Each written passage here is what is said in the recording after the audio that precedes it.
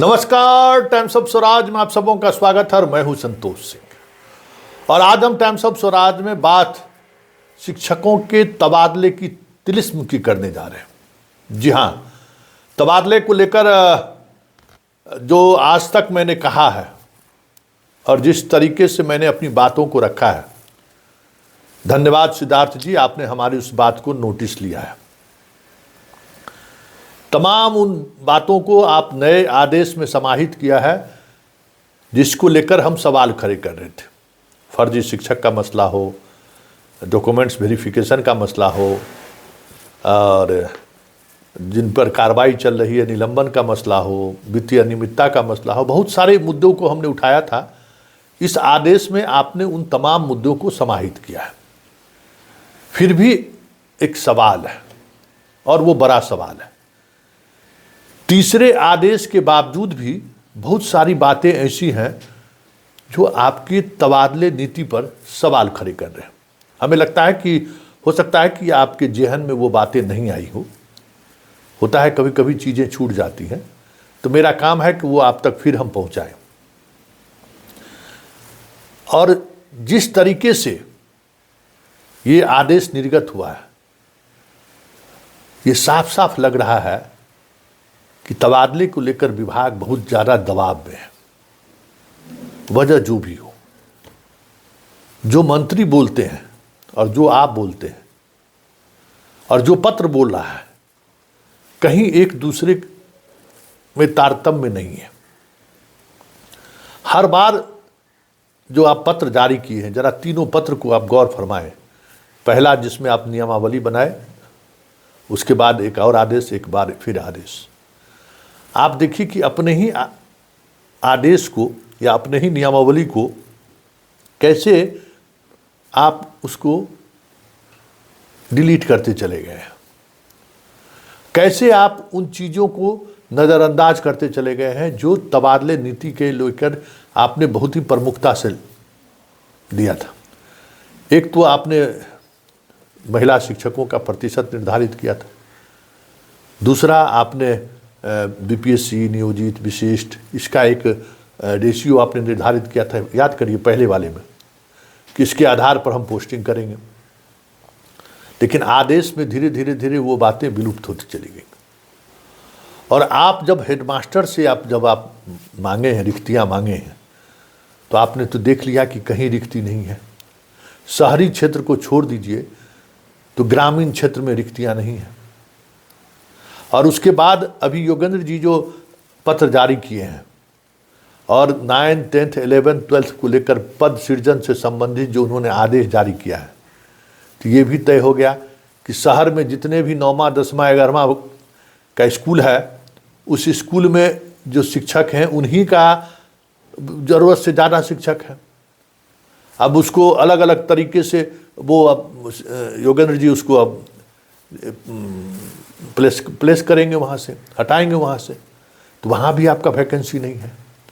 तो 9, 10, 11, 12 जो शहरी निकाय में या बाकी जगहों जो कुछ वैकेंसी दिखाई जा रही थी, अब वो वैकेंसी वहाँ भी नहीं है।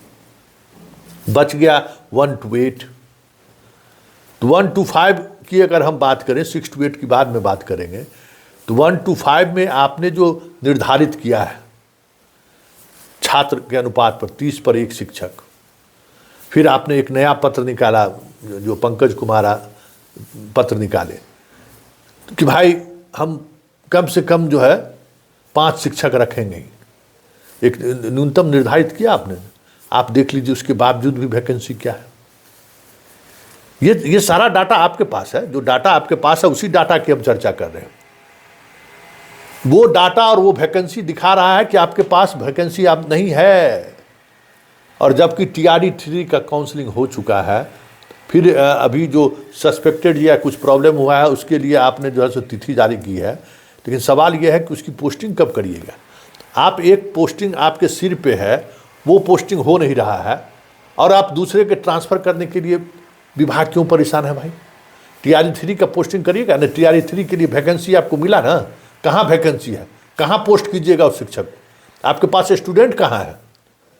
हम बार बार जो ये सवाल कर रहे हैं कि ये बहाली के नाम पर जो खेल हो रहा है, स्टेट को भुगतना पड़ेगा अल्टीमेटली। नीतीश बाबू भी चले जाएंगे, सिद्धार्थ बाबू आप भी चल जाइएगा, लेकिन स्टेट को भुगतना पड़ेगा। जो जिसकी भी सरकार बनेगी ना, शिक्षकों का वेतन देना उनके लिए उतना ही मुश्किल काम होगा, क्योंकि बहाल किए जा रहे हैं।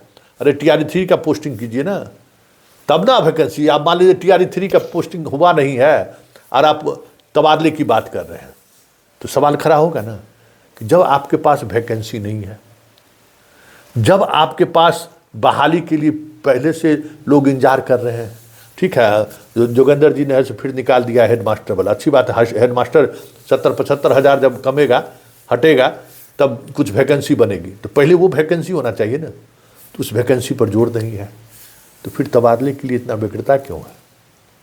और अब तो धीरे धीरे चीज़ें स्पष्ट होती चली जा रही हैं। जिस बात का हम अंदेशा पहले दिन से जाहिर कर रहे थे कि ये खास उद्देश्य के लिए, खास शिक्षकों के लिए एक लक्ष्य के तहत उनके ट्रांसफ़र करने की ये पूरी कवायद है, तो हमको BPSC वाला सब बहुत गलियाता था कि संतोष जी ट्रांसफ़र रोकना चाहते हैं। हम कभी ट्रांसफ़र रोकना चाहते हैं? हमारी क्या विसात है भाई, हमारी क्या हैसियत है, हम कौन होते हैं रोकने वाले?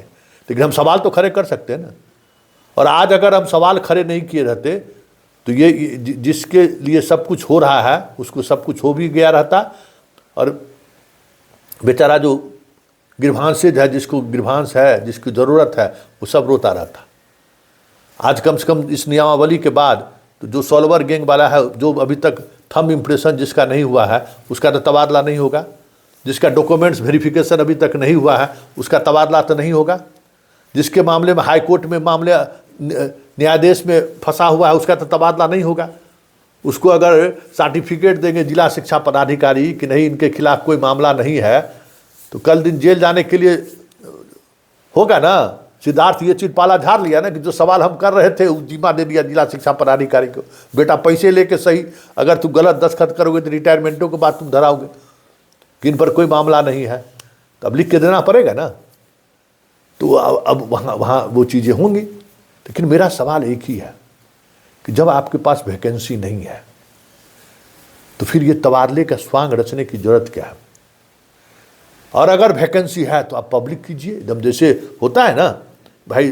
आपके पास सिस्टम है ना, इंजीनियरिंग कॉलेज में जो अलॉटमेंट होता है, पटना में है ना, है या मेडिकल कॉलेज में, आप वैकेंसी दिखाइए और पूरा डिस्प्ले, ऑनलाइन डिस्प्ले होगा कि भाई फलाने जगह में फलाने वैकेंसी है, 5 वैकेंसी हैं, 50 शिक्षक ने जो है सो चॉइस दिया है, एज के आधार पर, लिंग के आधार पर इन 5 लोगों को हम पोस्ट कर दिए, तो पारदर्शिता होगी। नहीं तो वैकेंसी सार्वजनिक नहीं है, कहाँ क्या वैकेंसी, शिक्षक को क्या पता है कि कहाँ कितनी वैकेंसी है, वो तो अपना चॉइस दे दिए। और एक बात और होशियारी दिख रहा है कि 10 चॉइस दिए हैं, अगर 10 चॉइस में अगर कहीं खाली नहीं मिला तो आपका तबादला नहीं होगा। तो खाली नहीं है, कहाँ खाली है? अगर यही है तो डिस्ट्रिक्ट वाइज वैकेंसी क्लियर का अभी जो हेडमास्टर से आप मांगे, मतलब आप ही बताइए ना कि वैकेंसी के लिए किस किस स्तर पर आपने R&D किया है। अंत में आपको स्कूल के हेडमास्टर से वैकेंसी मांगा गया है छात्र के अनुपात के आधार पर। कहीं कोई वैकेंसी दिखाई दी शहरी क्षेत्र के अलावा? और जोगेंद्र जी शहरी क्षेत्र में जो पद सृजन का जो नियमावली बना दिया है उन्होंने, उसमें तो और ख़त्म हो गया। अब गर्दनी बाग में 75 शिक्षक है और उनके नियमावली के अनुसार अब वहाँ जो है मात्र 45 शिक्षकों की ज़रूरत है। राजेंद्र नगर में जो है 58 शिक्षक है और उनके नियमावली के अनुसार अब 24 शिक्षक वहाँ रहेंगे। तो जो ऑलरेडी शहर में इस तरीके की पोस्टिंग में है, अब तो वहाँ से लोग जाएंगे ना। छात्र कहाँ है? 9th 10th 11th 12th में छात्र कहाँ है? कैसे वैकेंसीज के आधार पर आप करेंगे? कहाँ आपका छात्र है, कितना एडमिटेड है? अब जरा देख लीजिए ना। 30 पर आप कह रहे थे तो 30 पर भी आप निकाल के देख लीजिए, रेशियो निकाल लीजिए कि क्या रेशियो है। तो यही तिलिस्म है। इसलिए शिक्षकगण स्थिर होकर दिमाग शांति से जहाँ है, जिस स्थिति में है, पढ़ाइए और ध्यान रखिए कि इस तबादले के आड़ में अगर कोई खेल हो रहा है, वैसे हमारे कुछ पत्रकार मित्र भी ठिका ले रखे हैं, कुछ आपके शिक्षक नेता भी ठिका ले रखे हैं, कुछ शिक्षा विभाग के अधिकारी भी ठिका ले लिए हैं। और जब जो ठिका लेने के यहाँ जब फिर मास्टर साहब सब लोगों का दबाव बढ़ता है ना कि भाई अब हमारा लौटा दीजिए, अब नहीं होने वाला है, तो कुछ ना कुछ एगो चीज़ निकाल देता है, उसी में 2-4 महीना फिर खिप जाएगा और 2-4 महीना फिर खिप जाएगा। और एक बात समझ लीजिए, आपके तबादले के लिए कहीं से भी कोई बात सुन लीजिए, विधानसभा में हंगामा नहीं होने वाला है, ये भरम में मत रहिए, क्योंकि ये जो खेल हो रहा है ना वो सारा विधान परिषद समझ रहा है और जिस स्तर पर हो रहा है वो भी समझ रहा है। और एक एक चीज़ अब तो हम भी सीरीज शुरू कर रहे हैं कि जो खेल हो रहा है उस पर विधान परिषदों की क्या राय है, सब कुछ सामने आ जाएगा कि कहाँ और किस स्तर पर खेल हो रहा है। संख्या बल से कुछ नहीं होता है, संख्या बल से चीज़ें अगर चलने लगे ना तब तो फिर सरकार चलाना मुश्किल हो जाएगा। इसलिए इस बात को समझिए कि ये तबादला नीति पूरी तौर पर एक खास उद्देश्य के लिए बनाया गया था, अभी भी वो उद्देश्य कायम है। और ये कोशिश कर रहे हैं कि संतोष सिंह जैसा पत्रकार सो जाए, चुप हो जाए कि बस हम रातों रात जो है सो जिसको तबादला कराने के लिए हम लोगों ने ठिका लिया है उन लोगों को तबादला करके बात खत्म, फिर हल्ला करते रहिए, वैकेंसी अब खोजते रहिए। आपको कह देगा आपका वैकेंसी नहीं था, आप जहाँ जहाँ चॉइस दिए थे नहीं था, आप कहाँ खोजिएगा, RTI मांगिएगा, क्योंकि आपने आवेदन दिया है कि हमको खुद जो है सो हमको तबादला चाहिए, तो विभाग की मर्जी पर है, देगा नहीं भी देगा।